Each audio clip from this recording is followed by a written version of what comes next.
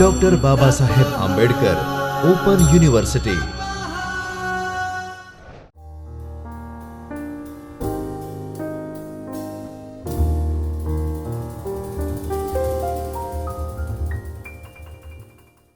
નમસ્કાર, doctor Baba Saheb Ambedkar open યુનિવર્સિટીના આ વિડિયો લેક્ચરમાં આપ સૌનું હાર્દિક સ્વાગત છે. આજે આપણે વાત કરીશું ગુજરાતી પદ્ય વિભાગની. ગુજરાતી પદ્ય વિભાગમાં આજે આપણે કાવ્ય જોઈશું નિરુદ્દેશે, જે રાજેન્દ્ર શાહ દ્વારા રચિત છે. આપણે એમાં જોઈશું કે આ કાવ્ય તમે BAમાં ભણી રહ્યા છો, એ કાવ્યના આપણે કેમ ભણવાનું, આપણે આ કાવ્યને જ્યારે જોઈશું તો એની અંદરથી આપણે શું પામવાનું, એના વિશે આજે થોડી વાત કરશું. તો એના ઉદ્દેશ્યો જોઈએ તો આ કવિતાના અભ્યાસ દ્વારા તમે ગુજરાતી સાહિત્યના અનુઆધુનિક યુગના કવિતા પ્રવાહથી પરિચિત થશો, સૌંદર્યલક્ષી કાવ્યધારાનો ખ્યાલ મેળવશો, રાજેન્દ્ર શાહની કાવ્ય રીતિને માણશો, સર્જન ઉદ્દેશ્યનો તાગ મેળવશો, પ્રસ્તુત કાવ્યનો આસ્વાદ માણશો અને અર્થસભર ચિંતનાત્મક કાવ્યનો તમે અહીં પરિચય મેળવશો. આપણે આ કાવ્યને માણતા પહેલાં, જોતા પહેલાં, એના વિશે વાત કરતા પહેલાં એની થોડીક એક પૂર્વ ભૂમિકા જોઈ લઈએ પ્રસ્તાવના રૂપે. તો ગુજરાતી કવિતાના મૂર્ધન્ય કવિશ્રી રાજેન્દ્ર શાહનો આ પ્રથમ કાવ્ય સંગ્રહ જે 1951માં ધ્વનિ નામે પ્રગટ થયો હતો, ત્યારથી લઈ તેમના મૃત્યુ સુધી તેમની અવિરતપણે ચાલતી કાવ્યધારાનો લાભ ગુજરાતી સાહિત્યને લગભગ 28 જેટલા કાવ્ય સંગ્રહ રૂપે મળ્યો છે. ગીત, છંદબદ્ધ કાવ્યો, સોનેટ, અછાંદસ કાવ્યો, સંવાદ કાવ્યો ઇત્યાદિ મળીને કુલ 108 કાવ્યો તેમના પ્રથમ કાવ્ય સંગ્રહ ધ્વનિમાં સંગ્રહિત થયા છે. તેમની કવિતા પ્રકૃતિ પ્રેમ, પ્રણય ભાવ, ચિંતન ઇત્યાદિ વિષયોના સંયોજનના સુંદર સુમેળ રૂપે આપણે જોઈ શકીએ છીએ. સૌંદર્યાભિમુખ કવિતાના ઉત્તુંગ શિખર આપણને રાજેન્દ્ર શાહની કવિતામાં વ્યક્ત થયેલું આપણે અનુભવી શકીએ છીએ. સ્વતંત્ર કાળ દરમિયાન કવિતાના લેખનની શરૂઆત તેમણે કરી હોવા છતાં તેમની કવિતામાં ગાંધી ઠાકોરના પ્રભાવના સ્થાને રવિન્દ્ર પ્રભાવ પ્રબળ સ્વરૂપે જોવા મળે છે. પ્રકૃતિ અને પ્રણયની સાથે કવિતામાં જીવ, જગત અને જિંદગી વિશેનું ચિંતન એક અથવા બીજી રીતે તેમની કવિતાનો વિષય બનતું રહ્યું છે. કવિની કવિતામાં આવતું આ ચિંતન એવું તો એકરૂપ થઈને કવિતામાં ઘોળાઈ ગયું હોય કે એમના પ્રભુ, પ્રેમભાવ, રહસ્યવાદ અને સાંપ્રત પરિસ્થિતિના મેળથી આખી કવિતા જાણે ઢીપી ઉઠે. નિરુદ્દેશે કાવ્યમાં રજૂ થયેલા ભાવ અને વિચારની પુનરાવૃત્તિ આપણને આ દ્વાપર્ણા સુધીના કાવ્ય સંગ્રહોમાં સતત થતી જોવા મળે છે. એકનો એક વિચાર અભિવ્યક્ત કરવાની રીત અલગ અલગ, અને આ હોવાને કારણે આપણને કવિની આ પુનરાવૃત્તિ વૃત્તિ ક્યાંય પણ ખટકતી નથી. વિષય અને લયની એકવિધતા છતાં ગીતોમાં આવતું નાવીન્ય આપણું બિલકુલ ધ્યાન ખેંચે એવું છે. રાજેન્દ્ર શાહના કાવ્યોમાં આવતી કલ્પના સ્પર્શક્ષમ, મૂર્ત અને ઇન્દ્રિય સ્પર્શી હોય, આપણને ખૂબ જ પોતીકી લાગે.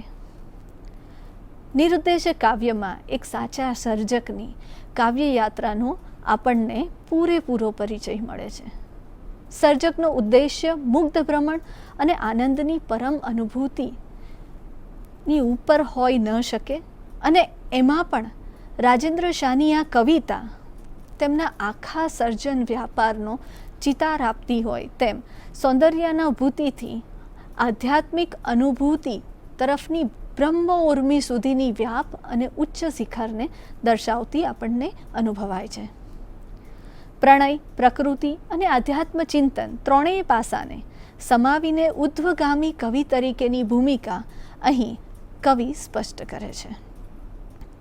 રાજેન્દ્ર શાહના ધ્વનિ કાવ્ય સંગ્રહમાંથી લીધેલ આ કવિતા આત્મવિલોપન અને આત્મ સાક્ષાત્કારના અર્થ સાથે સાંસારિક સહઅસ્તિત્વનો અનેરો સંગમ કરે છે. હવે તમે તમારી સ્ક્રીન ઉપર કવિતાની પંક્તિઓ જોઈ શકો છો. એમાં કવિતાનું પઠન કરું તો કવિતાનું નામ છે નિરુદ્દેશે. નિરુદ્દેશે સંસારે મુજ મુગ્ધ ભ્રમણ, પાશું મલિન વેશે. ક્યારેક મને આલિંગે છે કુસુમ કેરી ગંધ, ક્યારેક મને સાદ કરે છે કોકિલ મધુર કંઠ. નૈણ તો ગેલા થાય નિહાળી, નિખિલ ના સહુરંગ. મન મારું લઈ જાય ત્યાં જાઉં, પ્રેમને સન્નિવેશે. આગળની પંક્તિ જોઈએ તો પંથ નહીં કોઈ લીધ ભરૂડક, ત્યાં જ રચું મુજ કેડી. તેજ છાયા તણે લોક પ્રસન્ન, વીણા પર પૂર્વી છેડી. એક આનંદના સાગર જલ, જાય સરી મુજ બેડી. હું જ રહું વિલસી સહુસંગને, હું જ રહું અવશેષે.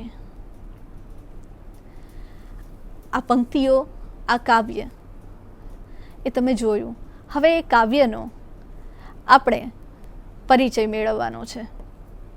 તો એ કાવ્યનો પરિચય મેળવતી વખતે આપણે તેનો એક સારાંશ જોઈએ.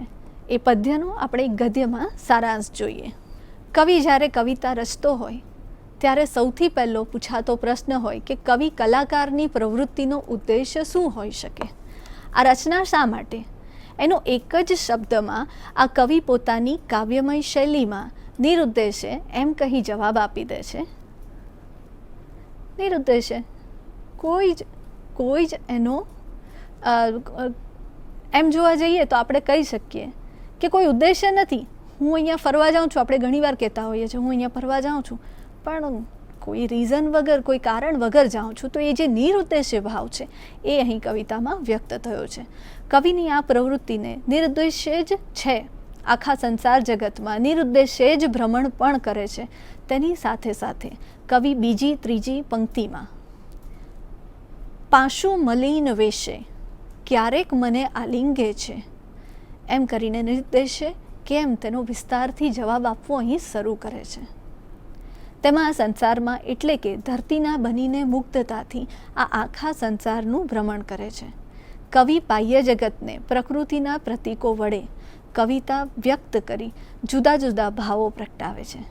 અને એટલા જ માટે તો કવિ પછીની પંક્તિમાં કહે છે કુસુમ કેરી ગંધ, ક્યારેક મને સાદ કરે છે કોકિલ મધુર કંઠ. નૈણ તો ગેલા થાય નિહાળી, નિખિલ ના સહુરંગ. પ્રકૃતિનો પ્રભાવ પોતાના જીવનમાં અને પોતાની કાવ્ય રચનામાં કેવો ઝીલાયો છે તે આ પંક્તિઓ દ્વારા પ્રગટ થાય છે. આ સંસારના આંતરબાહ્ય જગત સાથેનો ઇન્દ્રિયો દ્વારા જે સંબંધ સધાતો હોય છે એ કવિ કેવા કેવા સ્વરૂપે આકર્ષે છે તે અહીં જોઈ શકાય છે. ક્યારેક પુષ્પના સુગંધ, ક્યારેક કોયલનો અવાજ, તો ક્યારેક સંસારના સઘળા રંગ આકર્ષણનું કેન્દ્ર બને છે. આમ પંથ જ્યાં જ્યાં લઈ જાય ત્યાં ત્યાં આસપાસની સૃષ્ટિના તત્વો સાથે પ્રેમભર્યો સંવાદ રચાતો રહે છે. અને એટલા જ માટે કવિ કહે છે મન મારું લઈ જાય ત્યાં જાઉં, પ્રેમને સન્નિવેશે. અહીં કવિ પ્રેમના સન્નિવેશમાં ઓતપ્રોત ઓળઘોળ થઈ જાય છે. કવિ તો કોઈ પંથ લીધા વિના પૃથ્વી ઉપર બસ ડગલા માંડ્યા જાય છે અને પોતાનો રસ્તો કે કેડી આપોઆપ રચાતી જાય છે. અહીં કવિને કોઈ વાડ કે વલગાડ નથી કે ચોક્કસ વાદ કે વિવાદ પણ પડતા નથી.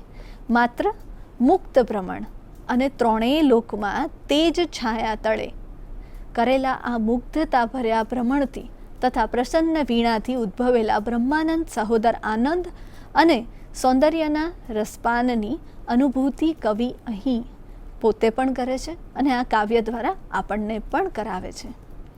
અનુભવમાંથી મળતો આનંદ અને નિરુદ્દેશ્ય રચાયેલી કવિતા બંને એકબીજાના પર્યાય ભાસે છે.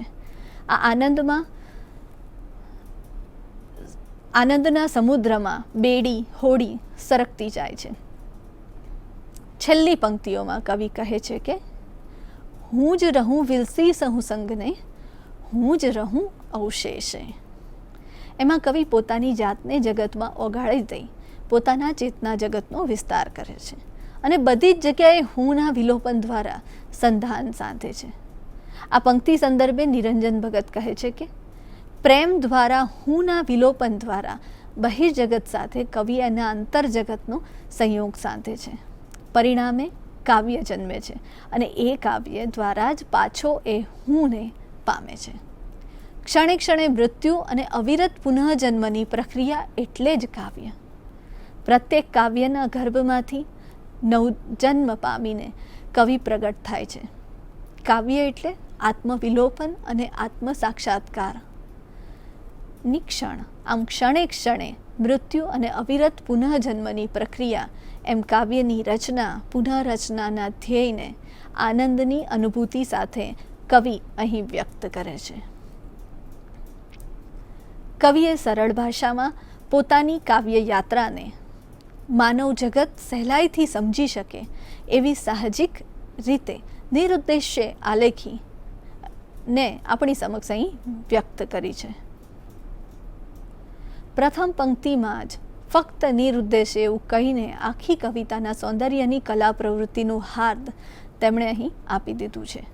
કવિ આખી સૃષ્ટિમાં કોઈ પણ પ્રકારના ઉદ્દેશ્ય વિના મુગ્ધતાભર્યું ભ્રમણ કરે છે. આ સૃષ્ટિનું પ્રકૃતિ સૌંદર્ય અને માનવીમાં રહેલો પ્રેમ ભયમુક્ત રીતે તેમને કેવી રીતે આકર્ષે છે એની વાત કરે છે. અહીં પ્રેમ દ્વારા કવિ એકત્વ સિદ્ધ કરે છે. નિરુદ્દેશ્ય ભ્રમણ કરતાં કરતાં જે કેડી કે રસ્તા ઉપર જવાય ત્યાં જઈને મળતા નિજી આનંદ દ્વારા મુક્તતાનો અનુભવ કરે છે. આ આનંદ અંતે કવિ આંતરજગત અને બાહ્ય જગત વચ્ચેના એકરૂપતા એકાકાર કે તાદામ્ય એકત્વને હું દ્વારા સાધી આધ્યાત્મિકતાની અનુભૂતિની પરાકાષ્ઠા અહીં નિરૂપે છે. કવિએ આ સંસારના સત્યને ખૂબ જ સરળ શબ્દોમાં પણ કાવ્યાત્મક લયમાં ઢાળી આકર્ષક બનાવી છે અને છેલ્લે તો આવી દરેક કલા પ્રવૃત્તિનું ધ્યેય માત્ર આનંદનું જ હોય એ કવિતામાં ગૃહિત છે. રાજેન્દ્ર શાહના કાવ્યોમાં છંદ અને લયના મહત્ત્વના જે તત્વો છે એ અહીં આપણને જોવા મળે છે. એમના ગીતોના લયની ઇબારત તો આકર્ષક છે જ, જે વિશે ધીરુ પરીખ કહે છે કે એમના ગીતોમાં જે લય પ્રયોગો થયા છે તે ગુજરાતી ગીત કવિતાનું અવિસ્મરણીય જમા પાસું છે. લયવર્તનોના સરવાળા બાદબાકી ગુણાકાર દ્વારા એમણે ગીતને નવું રૂપ આપ્યું છે. નિરુદ્દેશ્ય જુઓ ને કે કેવો એક જ શબ્દથી કેવો ઉપાડ આપી દીધો છે, કેવો ઉપાડ કર્યો છે.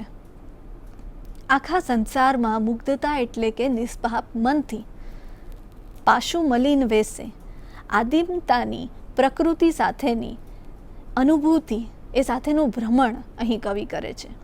અહીં આ નિષ્પાપ ભ્રમણ પછી કવિએ કુસુમની સુગંધ, કોયલનો મધુર કંઠ, ક્યારેક ક્યારેક મોહ પમાડી જાય છે. આ સઘળું મોહક જગત, તેના અનેક રંગો જોઈ કવિની આંખો ઘેલી થઈ જાય છે. આ સંદર્ભે કવિ પ્રકૃતિના વિવિધ રૂપોને ઉદાહરણ તરીકે લઈ આનંદની અનુભૂતિનું લક્ષ્ય સેવે છે.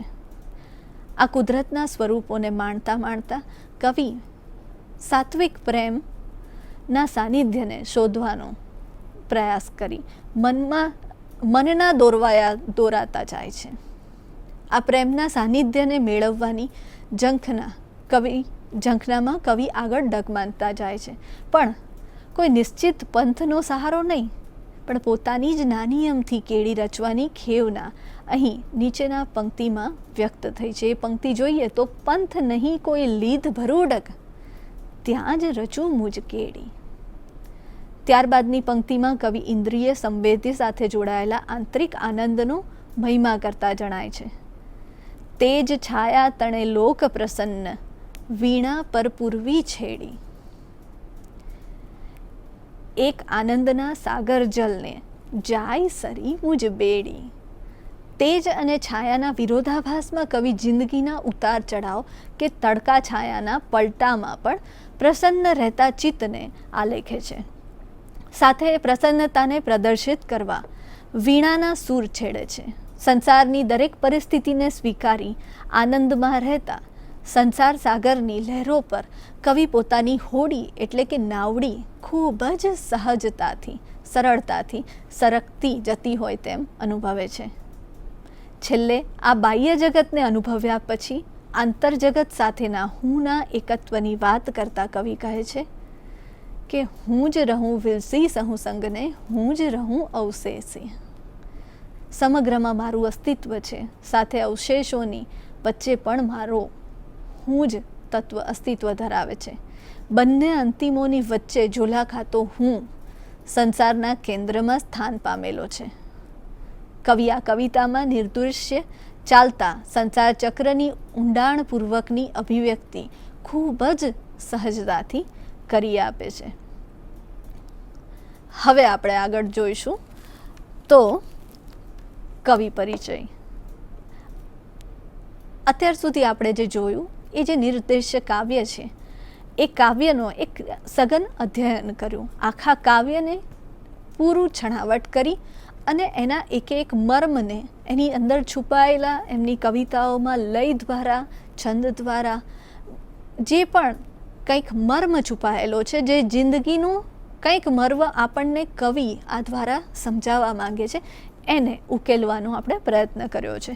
હવે કવિ વિશે થોડું જાણીએ તો રાજેન્દ્ર કેશવલાલ શાહનો જન્મ તેમના વતન કપડવંજમાં 28 તારીખના રોજ 1913ના રોજ થયો હતો. પિતા કેશવલાલ અને માતાનું નામ લલિતાબેન હતું. પ્રાથમિક માધ્યમિક શિક્ષણ કપડવંજમાં 1930માં અસરકારની લડતમાં ઝંપલાવી પરીક્ષા ન આપી એમ એમનું પ્રાથમિક શિક્ષણ તો લીધું પણ આગળનું શિક્ષણ થોડુંક અવરોધાયું.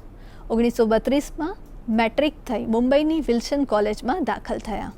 1934માં વડોદરા કોલેજમાં દાખલ થઈ 1937માં ફિલોસોફી વિષય સાથે BA થયા અને એ જ વર્ષે અમદાવાદની ગુજરાત કોલેજમાં અનુસ્નાતક ડિગ્રી માટેના અભ્યાસ શરૂ કરતા એમણે જ્યોતિ સંઘમાં નોકરીનો સ્વીકાર કરી ભણતરની સાથે વ્યવસાય જીવનનો પણ આરંભ કર્યો. પછી જ્યોતિ સંઘની નોકરી છોડી સ્વતંત્ર વ્યવસાય કરવો તેમણે ત્યાંથી જ આરંભ કરે છે. બાહ્ય જગતને પોતાની સ્વતંત્ર પ્રકૃતિનો પરિચય કરાવે છે. ત્યારબાદ 1945થી મુંબઈમાં વસવાટ કરી જંગલમાં લાકડા કાપવાનો કોન્ટ્રાક્ટ ધરાવતી કંપનીમાં પણ 5-6 વર્ષ સુધી સેવા બજાવી. ત્યારબાદ આપણે એવું કહી શકીએ કે આ જે સેવા બજાવી એની અસર તેમની સર્જન પ્રક્રિયા ઉપર આપણને પૂરેપૂરી દેખાય છે. 1931માં મંજુલાબેન સાથે લગ્ન થયા. પ્રસન્ન દાંપત્ય જીવન એમની કાવ્ય પ્રવૃત્તિનું એક પ્રેરક બળ બની રહ્યું છે. 1993માં તેઓ ગુજરાત સાહિત્ય પરિષદના પ્રમુખ થાય છે. તેમના સાહિત્ય સર્જન વિશે નોંધ જોઈએ તો ધ્વનિ, આંદોલન, શ્રુતિ, શાંત કોલાહલ, ચિત્રણા, વિષાદનો સાદ, ક્ષણ જે ચિરંતન, મધ્યમા, ઉદ્ગતિ, ઈક્ષણા, પત્રલેખા, પ્રસંગ સપ્તક, કિંજલ ક્લિની, વિભાવન, ધ્વાસુપર્ણા, પંચપર્વા, ચંદન ભીની અનામિકા, નીલાંજના, આરણ્યક, વીરા માધુરી, સ્મૃતિ સંવેદના, હા હું સાક્ષી છું ઉપરાંત બાળકાવ્ય સંગ્રહ જોઈએ તો મોરપીંછ, આંબે આવ્યા મોર, રૂમઝૂમ, અમોને મળી પવનની પાંખ, રમત અમારી, ખુલ્લામાં જઈ રમીએ. એમના એવા કુલ 28 કુલ કાવ્ય સંગ્રહ પ્રકટ થયા છે. મેં તો તમને એ કાવ્ય સંગ્રહનો એક પરિચય આપ્યો છે. ધ્વનિથી ક્ષણ જે ચિરંતન એ જે આખું એમની કાવ્ય યાત્રા છે ત્યાર સુધીના કાવ્ય સંગ્રહોમાં એમણે મૂકી છે. એમના ચૂંટેલા કાવ્ય સંગ્રહનો સંચય નિરુદ્દેશ નામે કવિલોક પ્રકાશન તરફથી પ્રગટ થયો છે.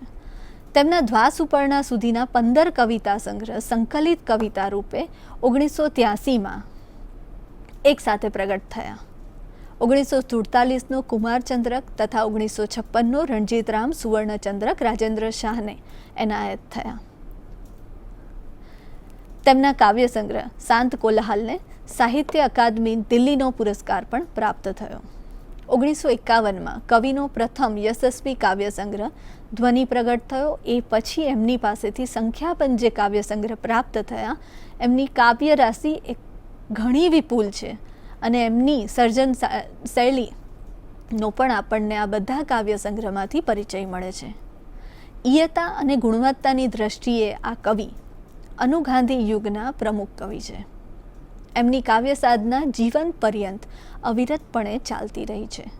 તેમણે અંગ્રેજી અને બંગાળીમાંથી કેટલાક ઉત્તમ કાવ્યોના અનુવાદ પણ કર્યા છે, જેમાં મહાકવિ દાંતેની ડિવાઇડ કોમેડીનો સંપૂર્ણ પદ્ય અનુવાદ તેમનો ખૂબ જ નોંધપાત્ર રહ્યો છે. તેમની સમગ્ર કાવ્ય સર્જનની પ્રવૃત્તિને ધ્યાનમાં રાખીને વર્ષ 2002નું ભારતીય જ્ઞાનપીઠનું સર્વોચ્ચ પારિતોષિક તેમને પ્રાપ્ત થયું છે. તેમનું અવસાન 2010માં થયું છે. હવે આપણે સ્વરૂપનો પરિચય મેળવીએ. તો સ્વરૂપનો પરિચય મેળવતી વખતે આપણે જોઈએ કે આ એક કાવ્ય છે. તો કાવ્યના વિવિધ સ્વરૂપોનું આકર્ષક તત્વ દરેકને આકર્ષતું જ હોય છે અને તે છે એની ગેયતા.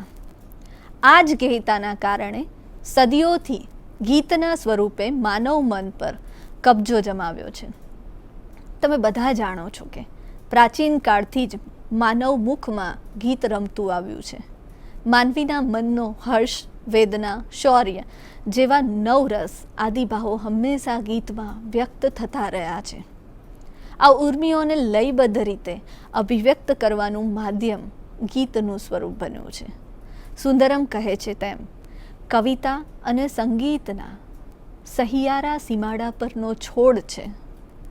સંગીત અને કવિતા ઉભયના કલા તત્વોને પોતાનામાં વિશિષ્ટતાથી સમાવી લઈ ગીત પોતાનું સ્વરૂપ સાધે છે. આ રીતે સિદ્ધ થતા સ્વરૂપમાં એકી સાથે ત્રિવિધ તત્વોનો સમન્વય થાય છે. આ ત્રણ તત્વ કવિતા, ગીત અને સંગીત, આ ત્રણેય તત્વોને સંયોજીને રચાતું ગીત માનવ માત્રના હૃદયને સ્પર્શી તેને રસાદ્ર કરવાનો ગુણ ધરાવે છે. ત્રિવિધ તત્વોના રાસાયણિક સંયોગથી જન્મતું ગીત માનવ હૃદયને સ્પર્શે છે અને એને રસાદ્ર કરે છે. ગીત રચનાને કાવ્ય રચનાના માપદંડથી માપવાની ઘણી મુશ્કેલી છે. તેમ કરવામાં આપણને ઘણી અધૂરપ પણ આવે. ઉત્તમ ગીત રચના પણ કાવ્ય તત્વની ચમત્કૃતિ ન હોય તો છીછરી અને રમતિયાળ પણ બની જાય. ઊંચું કાવ્ય તત્વ જે હોય, સંગીતની સચોટ જુગલબંધી હોય અને ગીત તત્વના ત્રિવેણી સંગમ રૂપ રચનાને એકદમ વિરલતા બક્ષે છે. દુર્લભ હોય છે આવું ગીત જે ગીત રચનામાં કાવ્ય, સંગીત અને ગેયતા પૈકી બધા તત્વો સામેલ હોય. હા, પરંતુ જો એ બધા તત્વો પૈકી કોઈ એક તત્વની કમી હોય તો એ નબળાઈ રચનાને દોષી બનાવે છે. પણ તેમાંના એકની નબળાઈ, એમ કહી શકું કે આ જ નબળાઈ ગીતની રચનાને નિર્બળ પણ બનાવે છે. સર્વોત્તમ ગીત રચનાની જરૂરિયાત આ ત્રણેય તત્વોની સુયોગ્ય સહપસ્થિતિમાં હોય છે. આ સિવાય પણ ગીતમાં બીજા ઘટકો હોય છે, જેમાં લય અને તાલનો આપણે સમાવેશ કરી શકીએ છીએ. આપણા મધ્યકાલીન પદ, ભજન, રાસ, ગરબી તેમજ લોકગીત આદિમાં તેનો ચિતાર મળી રહે છે. એટલે કે રાગીયતા પણ ગીતના એક અનિવાર્ય તત્વ તરીકે આપણે જોવું પડે. રાગ તત્વ ગીતના સર્વે અંગોને સ્પર્શે ત્યારે જ એક ઉત્તમ કલાકૃતિનું રૂપ ધારણ કરે. ઉક્તિ, લાઘવ અને અર્થ લાઘવ ગીત રચનાના માટે એટલું જ જરૂરી તત્વ છે. તાલ અને માત્રામાં નિરૂપણ પામેલ કાવ્ય પંક્તિઓ દ્વારા શબ્દોનું રાગબદ્ધ કે લયબદ્ધ ગઠબંધન થાય છે. ગીત રચનાના દરેક ચરણમાં અંતે વિરામ આવશ્યક છે. ગીત માત્ર પઠન કરવા માટેની રચના નથી. તેને ગાવા અને સાંભળવામાં પણ સંપૂર્ણ નિસ્બત જોઈએ. તેથી જ તો જ્યારે ગીતમાં પ્રવાહિતા ભળે લયના તાંતડે જોડાય ત્યારે મધુરતાનો અનુભવ ચોક્કસ આપણને થાય છે. ગીત સર્જક પ્રત્યે પંક્તિમાં ગતિ સાધતો હોય છે. તેવી જ રીતે એક પંક્તિના અનુસંધાને પછીની પંક્તિ આવતી જતી હોય, એટલે કે દરેક પંક્તિ એકબીજા સાથે આંતરિક સંબંધથી જોડાયેલી હોય છે. પ્રાસ યોજના ગીત રચનાને ઉપકારક એવું આંતરબાહ્ય અંગોને સ્પર્શતું ઘટક તત્વ છે. પ્રાસ રચનાથી સર્જકની ભાવ જગત સાથેની જે ગીતની સાથેનો સંબંધ છે એ ગાઢ થતો જાય છે. છતાં ગીત એ સૌંદર્યાનુભૂતિ કરાવતી એક સળંગ રચના બને છે અને ભાવ ઉર્મિની પરાકાષ્ઠાને તે પહોંચતી હોય છે.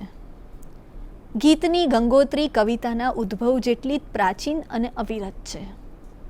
ગીત મનુષ્ય જાતિની સાહજિક અને મૂલ્યવાન આત્મીય સંપત્તિ છે. કાવ્યત્વ અને સંગીતત્વ અને ગીત તત્વના સંયોગથી એનો સમુચિત સ્વરદેહ અને રસગર્ભ નિર્માણ પામે છે. રવિન્દ્રનાથના ગીતોમાં આપણે ત્રણેય તત્વોને કલાત્મક સહ ઉપસ્થિતિ જોઈ શકીએ છીએ, આપણને દ્રષ્ટિગોચર થાય છે. ગુજરાતી સાહિત્યમાં પણ રાજેન્દ્ર શાહ, નિરંજન ભગત અને જયંત પાઠકના ગીતોમાં આવી કલાત્મકતાને આપણે ઓળખી શકીએ છીએ. રાજેન્દ્ર શાહના આ ગીતોમાં સહજ સ્વાભાવિક આધ્યાત્મિકતાનો રંગ ચઢેલો પણ આપણે જોઈ શકીએ છીએ.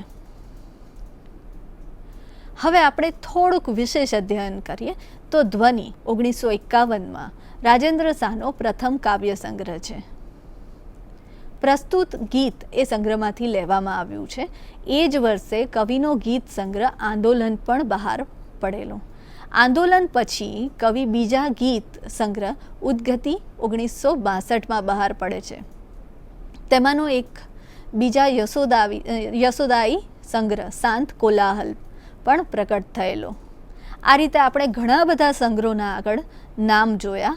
એ બધા અનેક કાવ્ય સંગ્રહો અને 28 કાવ્ય સંગ્રહમાંથી અનેક કાવ્યો પ્રગટ થયા છે. તેમના બધા કાવ્યોનો સંચય સંકલિત કવિતા નામે 1983માં પણ પ્રગટ થયો છે. તેમની વીણેલી કવિતાઓમાં ઓના સંકલન પણ પ્રગટ થતા રહ્યા છે. એ બધાનો અભ્યાસ તમારે આ એક કવિતાના ઉપલક્ષે કરવો જોઈએ. રાજેન્દ્ર શાહ વિશે ધીરુ પરીખ એક પ્રસ્તાવ પુસ્તકમાં લખે છે કે જેમાં તેમની કવિતાનું મૂલ્યાંકન કરવામાં આવ્યું છે.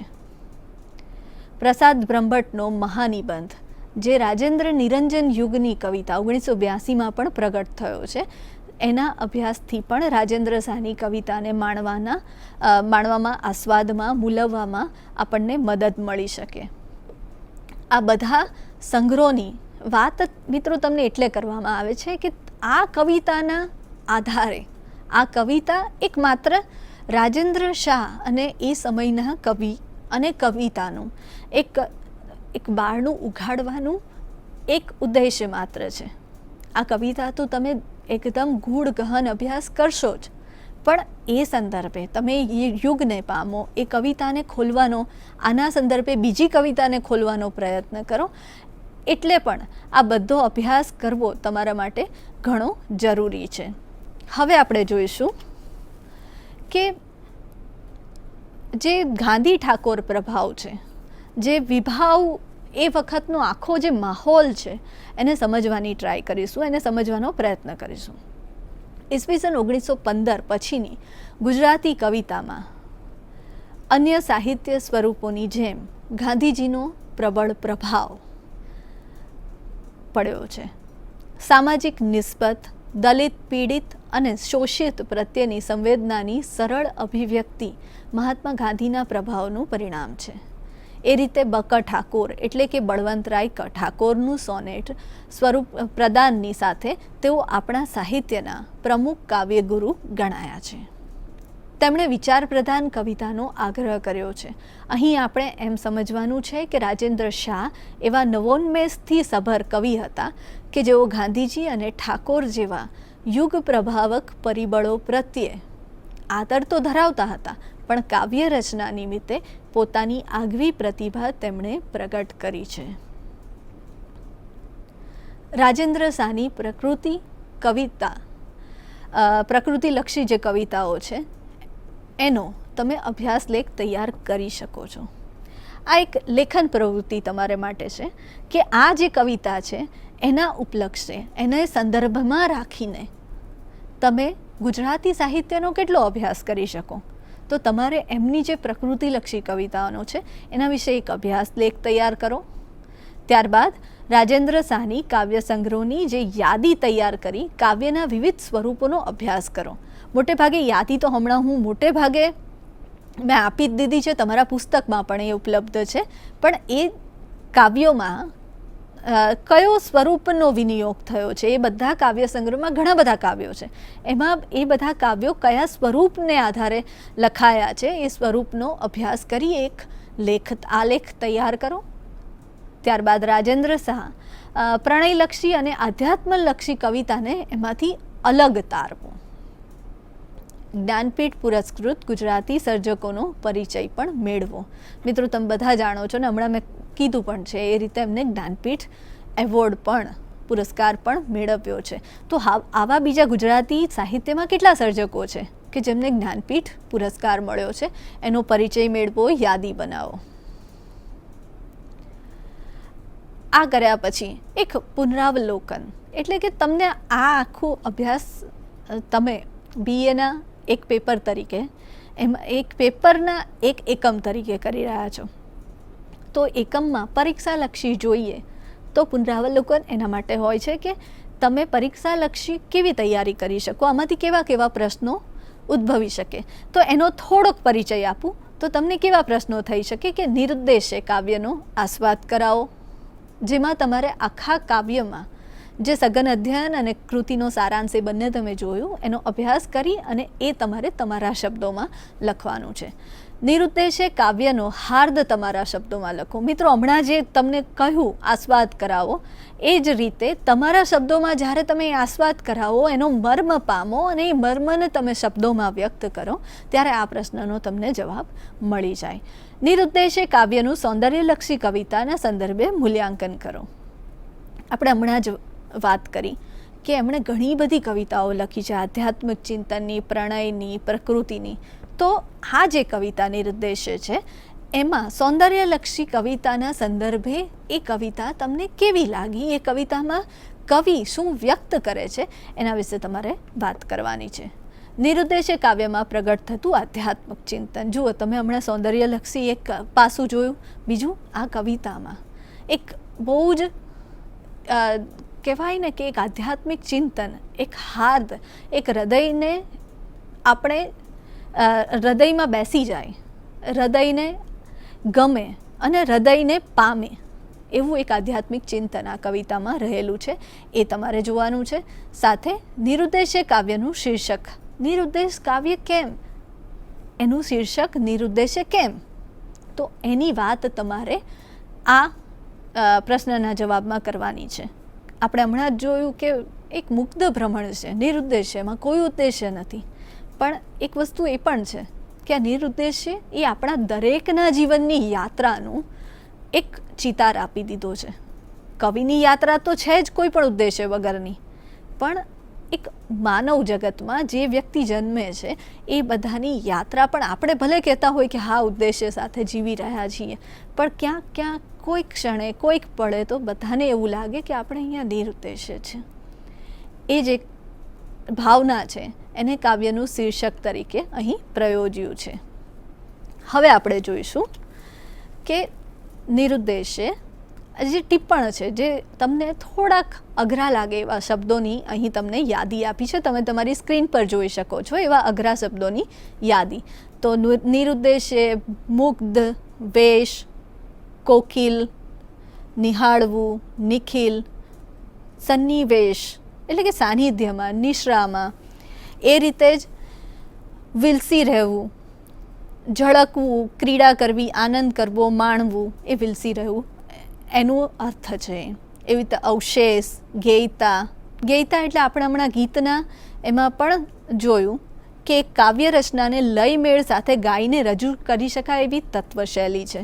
એવી રીતે પાશું, કોઈ પણ જાતની સભ્ય રીતભાત વગર, એટલે કે આદિમતા વગર. એ રીતે બેડી. બેડી મિત્રો, આ શબ્દ બહુ મહત્વનો છે કે બેડી કેમ. બેડી આપણે એમ કહીએ કે આપણને કોઈ જકડી રાખ્યા હોય એ રીતે, પણ તમે જ્યારે આખી કવિતા પૂરેપૂરી વાંચશો ને ત્યારે તમને ચોક્કસ ખબર પડશે કે બેડીનો અહીં કવિનો પોતાનો અર્થ છે અને એ છે હોડી. એ હોડીના અર્થમાં અહીં બેડી વપરાયો છે. અને ઘણી કવિતાઓ તમને ઘણા નવા અર્થ પણ આપે. એમાંની આ બેડી શબ્દ છે કે જેમાં તમને એક નવો અર્થ મળે છે. અને ત્યાર પછી તમે જોઈ રહ્યા છો કે આ જે કવિતા છે અને રાજેન્દ્ર શાહની કવિતાઓ જે છે એને વધુ સારી રીતે પામવા માટે, એને વધુ સારી રીતે અભ્યાસ કરવા માટે સંદર્ભ સૂચિ પણ તમને સ્ક્રીન પર દેખાઈ રહી છે, જેના દ્વારા તમે તેનો હજુ ઊંડાણપૂર્વકનો અભ્યાસ કરી શકો. આભાર. स्वाध्यायः परमः